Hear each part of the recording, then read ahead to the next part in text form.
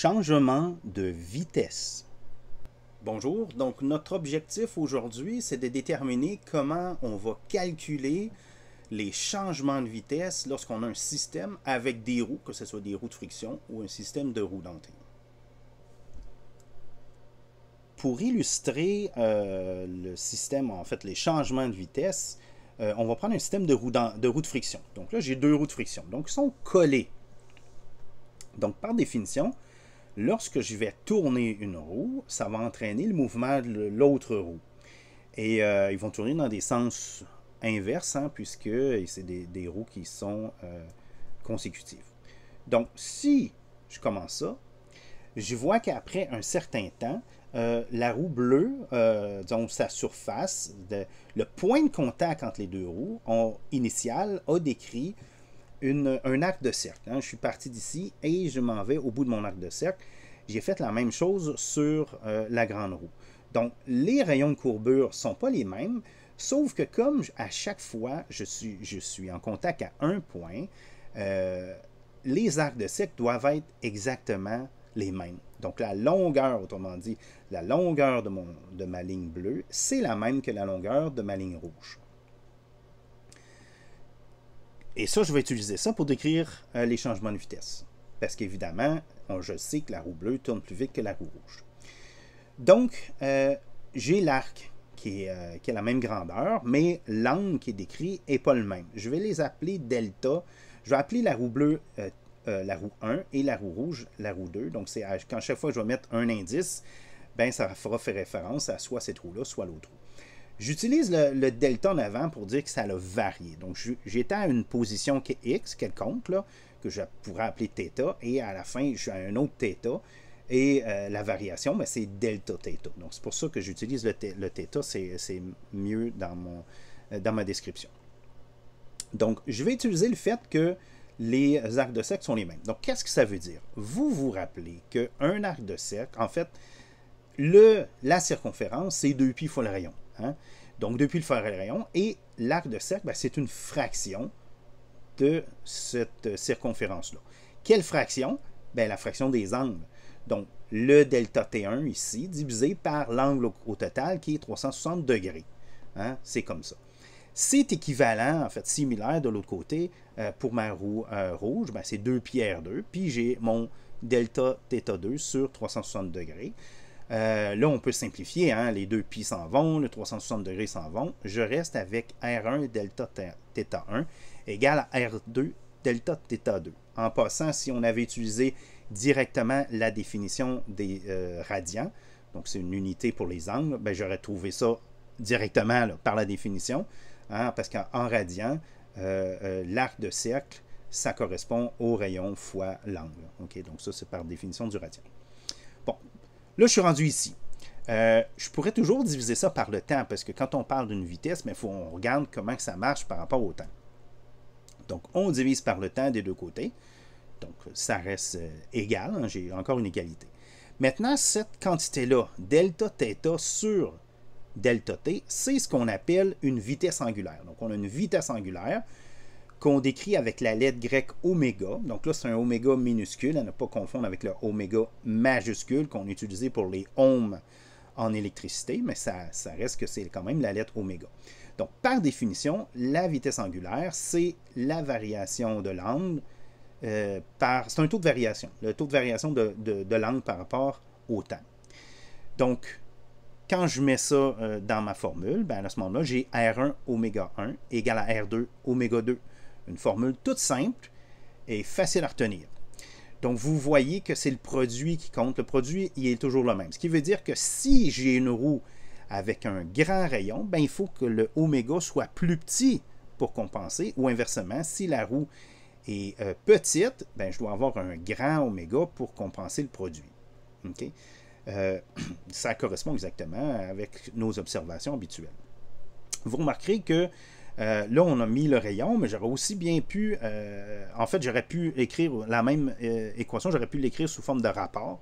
Donc, le rapport de vitesse, c'est égal à l'inverse du rapport des rayons. Donc, ça, c'est une première constatation. Donc, n'allez pas me faire un système là, de produits croisés, là, ça n'a pas rapport, là. C'est une inverse. Okay? La formule est écrite ici avec les rayons, mais j'aurais aussi bien pu prendre le diamètre D. Pourquoi? Ben, si je multiplie des deux côtés de mon équation par 2, ben 2 fois le rayon, c'est le diamètre. Donc, j'aurais D1 oméga 1 égale à D2 oméga 2. Donc, dépendamment des données qu'on a dans nos problèmes, on peut résoudre ça avec les rayons ou avec les diamètres. Vous allez voir qu'on peut aussi résoudre ça avec le nombre de dents quand on a un système de roues dentées. Donc ici, mes roues dentées tournent. Encore une fois, quand ça tourne de une dent pour la roue bleue, ben, la roue rouge va tourner aussi d'une dent. Donc je pourrais faire exactement le même raisonnement. Je ne le ferai pas, je vous donne tout de suite la réponse. Là. Si n est le nombre de dents, ben, j'ai n1 oméga 1 égale à n2 oméga 2. Donc c'est exactement la même forme. Donc toutes les formules sont semblables, donc c'est pour ça que c'est facile à retenir. Ou l'inverse, oméga 1 sur oméga 2 est égal à n1 sur n2. Maintenant, qu'est-ce qui arrive qu'on a des roues en série? Supposons que là, ici, j'ai mes roues qui tournent. Okay? Et moi, je veux savoir, par exemple, je connais les propriétés de la roue bleue qui est à gauche et je veux déterminer celle de la roue rose qui est complètement à droite. Donc, je vais partir de la première formule que je connais. Je sais que R1 oméga 1 égale R2 oméga 2. Donc, ces deux-là sont collés. Donc, j'ai cette formule-là. Mais je vous ferai remarquer que la roue rouge et la roue verte sont aussi collées. Donc, dans le fond, j'ai la même formule. R2 oméga 2 égale à R3 oméga 3. Et là, ma roue 3 est collée à cette grande roue mauve-là ici. Donc, j'ai R3 oméga 3 égale à R4 oméga 4. Et puis, cette roue mauve-là, est collée à finalement la roue rose qui m'intéresse, donc qui est égale à R5 oméga 5. Comme ce sont des égales, ben à la fin, ben j'ai R1 oméga 1 égale à R5 oméga 5.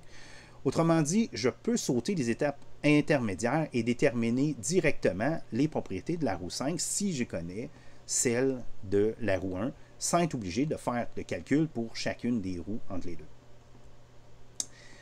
Donc, ça m'amène à parler du rapport de vitesse. Donc, il y avait une façon d'écrire le rapport de vitesse. Hein. Je vous avais montré qu'oméga 2 sur oméga 1 égale à R1 sur R2.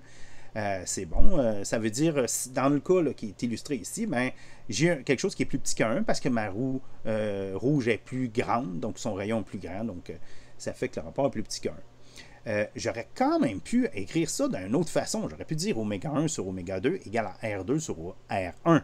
À ce moment-là, j'aurais trouvé quelque chose de plus grand que 1. Oui, parce que là, à ce moment-là, c'est mon oméga 1 qui est au numérateur. Lorsqu'on ne spécifiera pas de quelle roue on parle, c'est-tu la numéro 1, c'est-tu la numéro 2, à ce moment-là, on a par convention décidé d'écrire le rapport de vitesse de la façon suivante. Là, il faut savoir laquelle est la roue menante, laquelle est la roue menée. La roue menante, c'est celle qu'on entraîne, donc on applique une force pour la faire tourner. La roue menée, ben, c'est celle qui suit. Quand on a ça comme ça, le rapport de vitesse officiel, c'est le rapport de la vitesse angulaire de la roue menée sur la vitesse angulaire de la roue menante. Et ça, selon ce qu'on a vu, ben, c'est l'inverse. C'est l'inverse du rapport des rayons, c'est-à-dire le rayon de la roue menante divisé par le rayon de la roue menée. Et là, j'aurais pu faire le même raisonnement avec les diamètres ou avec le nombre de dents, c'est strictement équivalent. Donc finalement, il me reste à vous parler de la roue dentée et de la vis sans fin, parce que c'est un système quand même où là, il y a un changement de vitesse, puis c'est pas n'importe lequel, c'est un grand changement de vitesse. Donc, ma roue dentée, elle tourne. OK, elle tourne. Pas ma roue dentée, ma vis sans fin, elle tourne. Donc là, je la fais tourner dans ce sens-là. Lorsqu'elle tourne, après un tour, elle a déplacé la roue dentée de une dent. Donc, c'est pour ça que là, le rapport de vitesse, c'est, encore une fois, la vitesse angulaire de la roue menée, donc ma roue dentée, sur la vitesse angulaire de mon objet menant, qui se trouve à être ma vis sans fin. Ça, c'est égal à 1 sur le nombre de dents de la roue menée. Pourquoi 1? Parce que je considère seulement un tour de vis sans fin pour tourner de une dent ma roue dentée. Okay? Donc ça, c'est idéal, ce genre de système-là, si on veut quelque chose de précision, parce qu'on ne veut pas que ça avance vite, parce qu'on veut avoir un contrôle sur la position. C'est un système excellent pour ça. Et comme on l'a vu, ben, à ce moment-là, ça va comme bloquer. La roue dentée ne peut pas, elle ne pourra pas à ce moment-là bouger, là, de revenir en arrière par elle-même parce qu'elle est bloquée par la vis sans fin. Donc, en résumé, il y a bien des petites formules. Mais dans le fond, vous n'en avez pas à en retenir 1 million.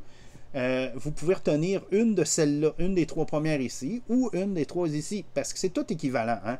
R1 oméga 1 égale à R2 oméga 2, c'est la même forme que les autres avec le diamètre ou avec le nombre de dents. Ces formes-là, ils sont équivalentes aux formes ici qui sont marquées là, sous forme de rapport.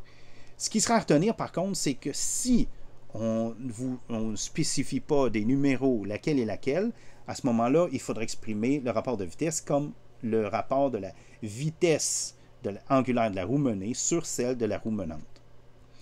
Et puis finalement, ben, la roue dentée et vis sans fin, ben, c'est une grande réduction de vitesse. Donc on parle à ce moment-là le changement de vitesse qui est égal à 1 sur le nombre de dents de ma roue menée.